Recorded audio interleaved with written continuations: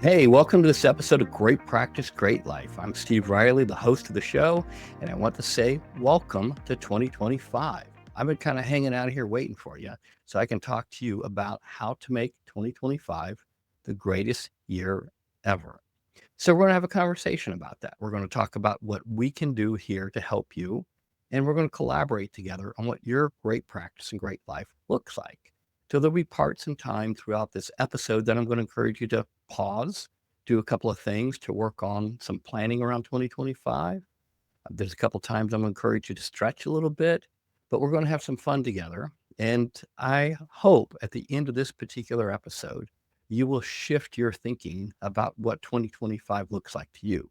Because if you're like a lot of people, when they start the new year, they're kind of bringing a lot of the bad things that didn't work about the old year with them, like some dreams, some thoughts, some goals, some things that worked, some things that did not work about last year. And that emotional baggage needs to be kind of like tossed out. And I'm going to go through an exercise with you to kind of toss it out and get your brain, heart, head clear about what 2025 looks like. Now, with that, I want to talk to you about one of the big themes or one of the things that a lot of lawyers expect out of our episodes. One of the biggest things that we hear all the time, while they do enjoy the great life conversations, they enjoy some encouragement, how brain health, stuff like that. And really, a lot of the episodes that are most popular straight up about how to make more money, how to grow the practice, how to scale, how to increase the bottom line. Which, as a unabashed capitalist, a guy who I think this is my 20th business, I totally get. Like I totally get it. So one of the first things I want to talk to you about is a practical recommendation. We'll go practical to strategy. The first thing I want to practically talk to you about is how do you think about money and time as an investment? You have really two things to invest in growing your practice, making a great practice, great life. One's money, straight up cash. What are you going to invest? Two, time. What are you going to input? That's an investment. Your time or money. You're either going to hire someone to do stuff or you're going to do stuff yourself. So as you think about 2025, one of the things you're going to wrestle with is time and money. This is the primary reason that we're starting 2025 out with a workshop. Now, this workshop is called How to Up Level Your Billable Practice. You're probably at a point, or some of you are at a point where, like, if I could get one day with no emails, no phone calls, no texts, I would be thrilled. Here's my point. Goal setting and having that great life and great practice you want requires a couple of things. One, it requires you to up-level your business skills.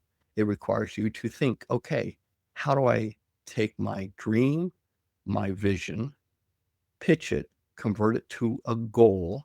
The goal then gives birth to projects. Those projects, then I collaborate with other people. I execute on those things, and then I make them happen so that I can experience whatever that vision, that dream was. So it's not like you wake up one day and say, I'm going to do this. You actually have to develop some skills around it. The first skill is the one that we're going to work on today, which is goal setting. Like, how do you set a goal like this? So whether or not you do something like the couples workshop or whether or not you go to one of our group programs, whether or not you're working with a one-on-one coach, it really doesn't matter. Goal setting kind of works the same way for everybody. Really what starts to drive it is the question. What's the question you're playing for? Then everything else after that is skill and muscle building. You start to develop the skills and you improve your goal setting muscles on how you execute on those things. So I want to use the 5-week Great Life Adventure as a crazy framework to talk to you about your goals and your great life and your great practice. In January 2026, what would you like to be saying about your health and vitality? What would you do over this year to make yourself healthier, fitter, more relaxed, less stressed, and in better shape than you've ever been? The third question, what are the most important relationships to you? And what would you have done over the past year? Remember in January 2026. that allowed you to deepen those relationships? And why? What would it look like? In my case, my son's graduating from college in spring of 2025. So I definitely want to spend some time with him before he transitions to the next phase of his life. The next one is personal growth and learning. Is there a skill, a hobby, something that you would like to become better at in 2025? I'll use myself as an example. I'm an amateur photographer, and I mean amateur. But where I live, two things happen that are pretty cool. Number one, the sunrise, and number two is the moonrise. And by the end of 2025, going into 2026, I want to have improved my skill and my equipment so I can capture the moonrise. Last but not least, for you, what would you like to do as far as taking time off and spending quality time either for yourself or with your family, your loved ones in 2025? So by January 2026, you're looking back, you're going, wow, I took 4 weeks off. I took a week off every quarter and I spent it with my spouse, my kids, whatever the case may be for you. So the 5 areas that I'm recommending that you look at. One is in 2025, what would be a great life adventure or a great vacation for you? 2, what can you do to improve your health, vitality, and fitness? 3, what can you do to deepen the most important relationships in your life? 4, what are you going to take on for personal growth and learning outside the practice? In my case, I was talking about photography.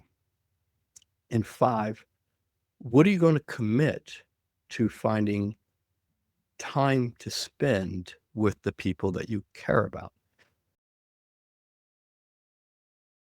I want to talk to you about goal setting. I'm going to give you a couple of tips, and then I'm going to give you kind of a strategic growth concept, a concept to think about goal setting. First, to me, you're not doing any form of goal setting unless you're putting pen to paper, meaning that you go from thinking about something to planning something. If you're thinking about something, then that's a thought. That's not actually a goal, a project. It's just a thought. And it doesn't really count as a goal. It's a thought. It's a elusive idea of something in the future.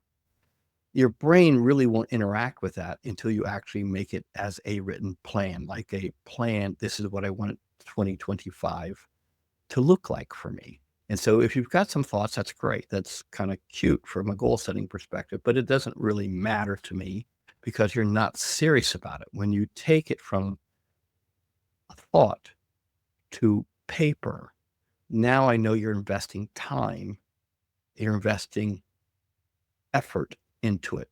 So that's the first thing. You have to distinguish in a goal between an idea, a thought, a possibility to an actual pitch, project, goal.